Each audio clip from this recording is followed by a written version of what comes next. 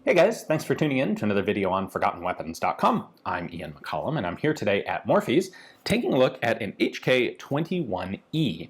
This is the fully modernized version of HK's light machine gun based on their sort of universally applied roller-delayed blowback system. So this dates to the early 1960s. Of course, at that point, HK had gotten a contract to manufacture G3 rifles for the German military, and they got partway through that contract and decided, you know what, we need to have like a companion light machine gun or squad automatic weapon to go along with our rifle. They were looking at selling these things, the G3 rifles, as well as what would become HK21s, widely on the international market.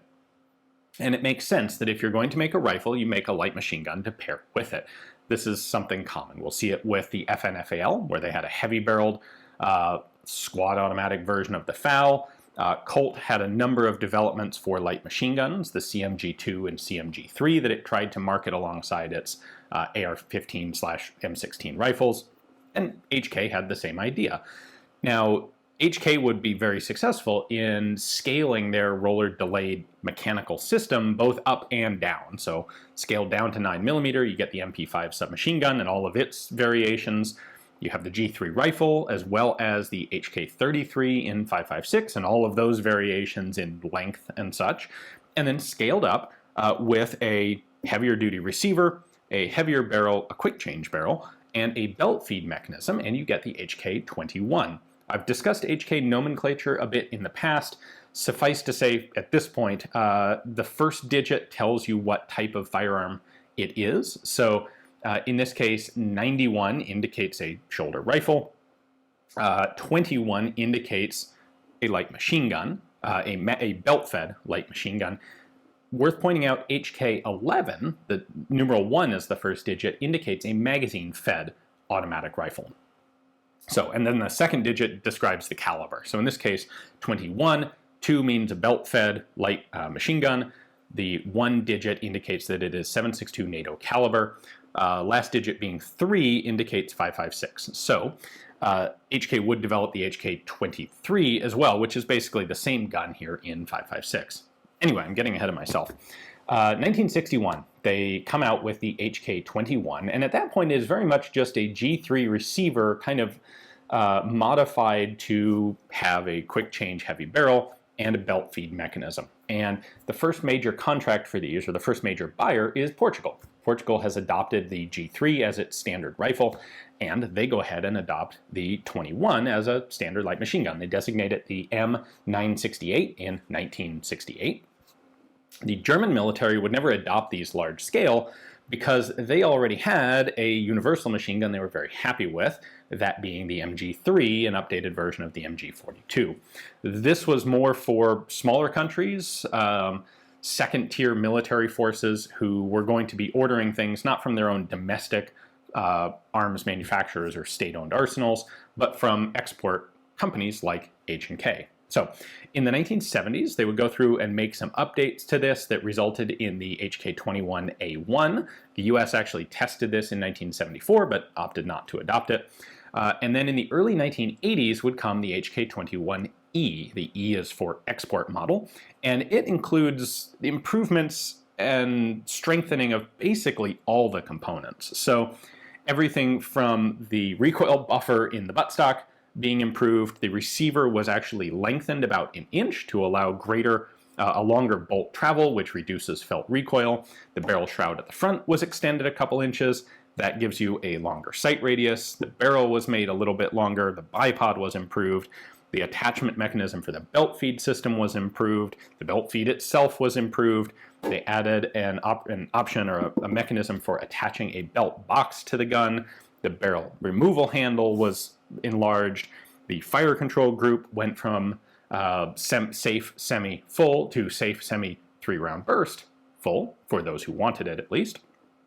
They added a forward assist to the receiver.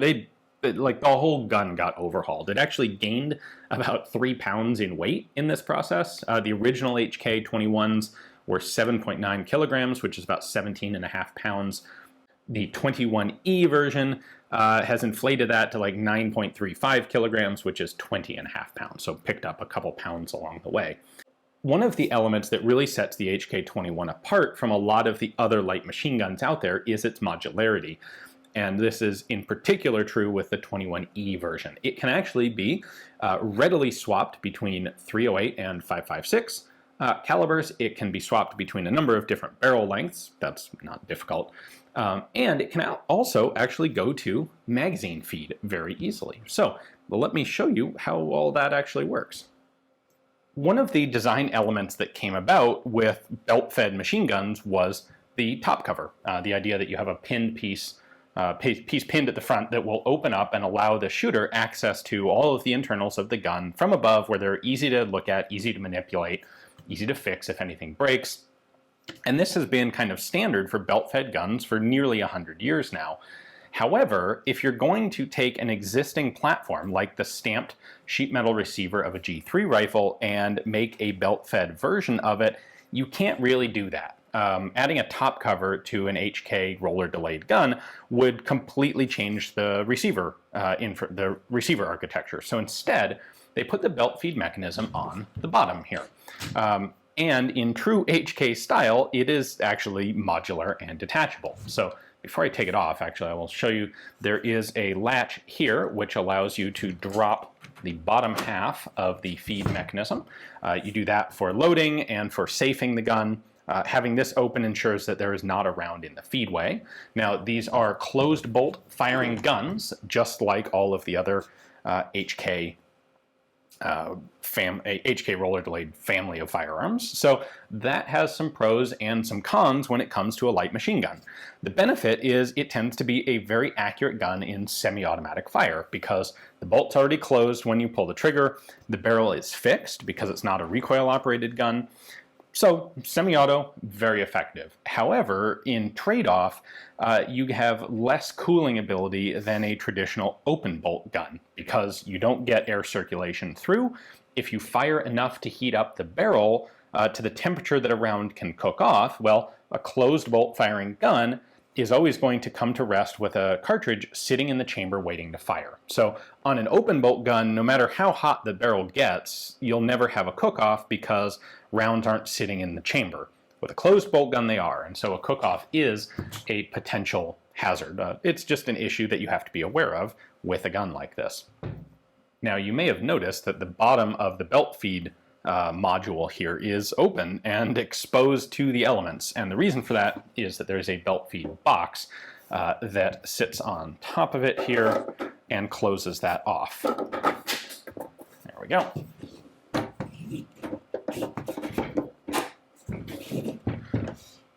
So with the box in place, you no longer have all that dirt or mud exposure. The box here, by the way, has this kind of cool system where there's a little spring clip here that keeps the box closed. You've got just enough space for a starter tab of a belt, and when you want to use it, you lift this catch up, and then this will open just enough like that to let the belt come out without opening a huge gap in the box. To remove the belt box, because it does latch in place, you have a button here, or a lever here, allows you to take it off. Now the left side of the barrel shroud is solid with vent holes here for airflow. We have our charging handle, which functions the exact same way as on a G3 rifle. It's just a little bit bigger to give you a better grasp on it. I'm going to go ahead and lock this open, like so. Now you have to have the bolt open, locked open, to change the barrel because the extractor actually sits in a little cutout in the breech face. So once you've got the bolt locked open, you can push this in, rotate the barrel up just slightly, and then it slides forward.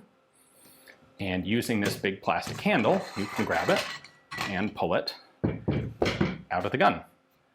Replacing the new barrel is just as easy. I have here an HK11 length barrel.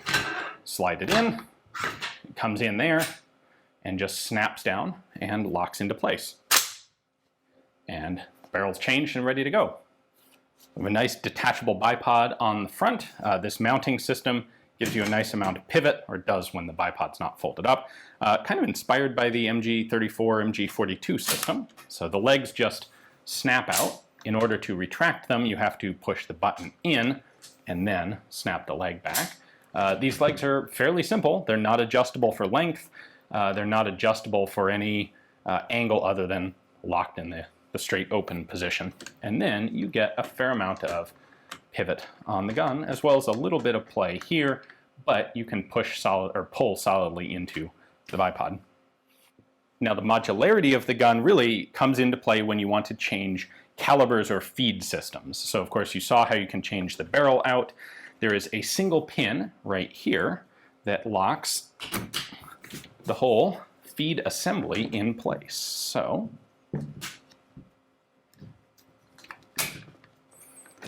I can pull that entirely off. They do have feed blocks, belt-fed feed blocks in 5.56 caliber. This is in 7.62 NATO, but the two are completely interchangeable. Their external dimensions are the same, even though the cartridges are different in length. What we can do here, should you want to, is replace that belt feed mechanism with a magazine feed tower. As far as the gun's concerned, no big deal. It doesn't really care. Cartridges present here and feed out of magazines just fine. So we can use that same pin, lock this. There we go. Lock that in place there.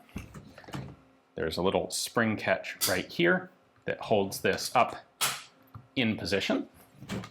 And then you can use standard 20-round box magazines in the gun. Now, originally, when HK designed the HK11, which was that used this shortish barrel length and was specifically intended for box magazines, they actually developed a double drum magazine. But the HK11 was never a particularly successful gun, not like the 21 and 23. And so those drum magazines were dropped from production and are really quite scarce. A couple other items to take a quick look at here. There is a forward assist on the receiver. This was added as part of the 21E upgrade program. You can see the ratchet cuts here on the bolt. That is more for allowing you to drop the bolt quietly. Not such a big deal on the AR pattern, but HK requires the bolt to be going fairly fast to actually lock those rollers into battery at the end of travel. And if you want to do that quietly, well, that's difficult unless you have a little manual lever that you can use to force the bolt into battery after letting it down gently. So that's there. There are scope mounting blocks here. That's part of the 21E upgrade as well. The drum sight is not used on the 21. Instead, it has a single rear aperture sight and a big ol' elevation drum that allows you to crank it out to 1100 meters. Or all the way down to 100. The stock has this clubfoot design that you would expect for a light machine gun. The original HK21s in the 60s did not. They used a standard G3 stock. This was another one of the improvements, actually an improvement from the 21A pattern in the 70s that carried over to the 21E. Notice also we have a pair of little trunnions back here that are for mounting the gun on a pintle or tripod mount. The front part of that system is this lug right here. So this can be used as a vehicular gun, as a sustained fire tripod mounted gun. Again, part of the modularity of the system. And before we wrap this up, I will go ahead and show you the internals. So disassembly is just like any other rifle in the family. Pull the pins out, store them there in the buttstock. Once I pull the stock off, we of course have a recoil buffer in the stock. That was something that was strengthened and improved for the 21E. And we can then pull the bolt carrier assembly out the back of the gun. So there's our captive recoil spring. And there's our bolt carrier. If you're familiar with the G3 rifle, there's really no surprise here. The one difference is there is a track on the bottom of the bolt carrier that acts as part of the feed system for the belt feed unit, so that this will cause the belt feed unit to actually cycle. As the bolt goes back and forth, it pulls rounds up on the belt. So these parts are not interchangeable with the G3. In fact, basically none of the components except maybe some small things like pins are actually interchangeable with the G3. The mechanical system is the same, and the parts are modular within the HK21E family itself, but not with the rifles. The advantage to having this system if you use G3 rifles is that your operation and training protocols are basically the same across the whole platform. Troops who are familiar with the G3 rifle will be fairly familiar with the HK21 pretty easily. I do also want to show you the fire control group. Note that it does not have a pin in the front. This is an HK21 standalone fire control unit. Again, where a lot of the rest of the roller delayed family is interchangeable, the fire control unit here is not. One of the other changes that was made with the 21E was the addition of a burst setting in addition to full auto. So that's what you got there. You can see the receiver here with its reinforcing up here as well as back there.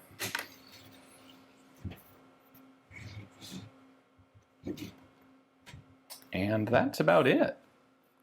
All right, there you go. There is an HK21E field stripped out with both belt and magazine assemblies. Basically, this is a 21E and also an HK11E.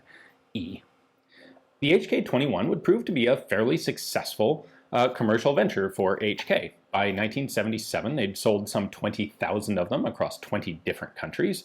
That's nothing to sneeze at. They had a number of countries that purchased licensing rights to manufacture the gun domestically. Those would include Portugal and Mexico and maybe another, I'm not entirely sure. The gun today has been replaced in HK's catalog lineup by the MG4 and MG5 in 5.56 and 7.62 respectively, but there's still a lot of popularity for the old stamped steel roller delayed system, just as we see in submachine guns where they can't seem to stop selling MP5s despite having the UMP available. So these certainly have a lot of cachet here in the US. People think they're extremely cool guns because, frankly, they are extremely cool guns. I have a shooting video that I did on one of these that I'll link at the end of this video. So if you're interested, you can check that out. That was done courtesy of HK and Trijicon, so thanks to them. And of course, thanks to Morphes for giving me access to this particular one with its whole smorgasbord of accessories and adapter parts to show to you. Hopefully you enjoyed the video. Thanks for watching.